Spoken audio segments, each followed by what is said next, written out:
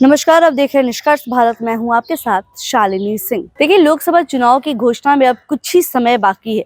अब चुनाव आयोग आज दोपहर 3 बजे चुनाव की तारीखों का ऐलान कर देगा। वहीं लोकसभा चुनाव के पहले लोगों का राजनीतिक पार्टियों में शामिल होना जारी है।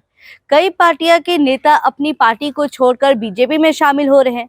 वहीं पहले भी कई नेता बीजेपी में शामिल हो चुके हैं। वहीं मशहूर गायिका अनुराधा पौडवाल भी आज बीजेपी में शामिल होकर अपनी सियासी पारी को आगाज कर दी है।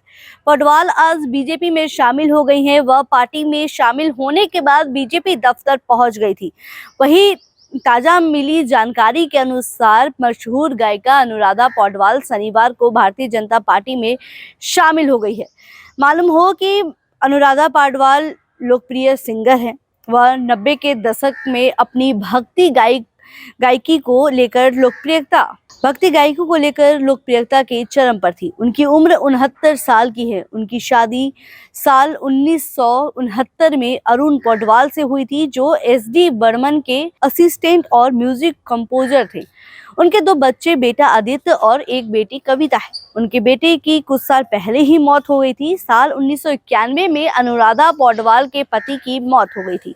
बता दें कि मशहूर गायिका अनुराधा पौडवाल ने आज भारतीय जनता पार्टी की सदस्यता ग्रहण कर ली है। वहीं लोकसभा चुनाव के तारीखों की घोषणा से ठीक पहले अनुराधा पौडवाल ने बीजेपी का दामन थाम लिया है। जानकार बताते हैं कि पार्टी उन्होंने चुनावों के लिए बड़ी जिम्मेदारी दे सकती है। वो पार्टी की स्टार चुनाव प्रचार हो सकती है। वहीं मशहूर गायिका अनुराधा पौडवाल की करियर की शुरुआत 1973 में आई अमिताभ बच्चन और जया प्रदा की फिल्म अभिमान से की थी।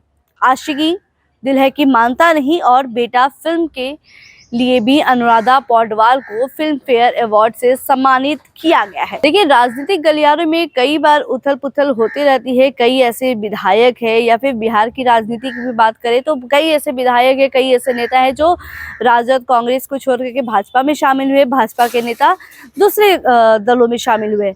खैर, आपको क्या लगता है, किस हद तक ये सही है? क्या राजनीतिक में उलटफेर ही करना सही बदलाव का निशानी है? चलिए, ऐसे ही तमाम खबरों के लिए बने रहे हमारे साथ और देखते रहे निष्कर्ष भारत। खबर हमारी, निष्कर्ष आपका। धन्यवाद।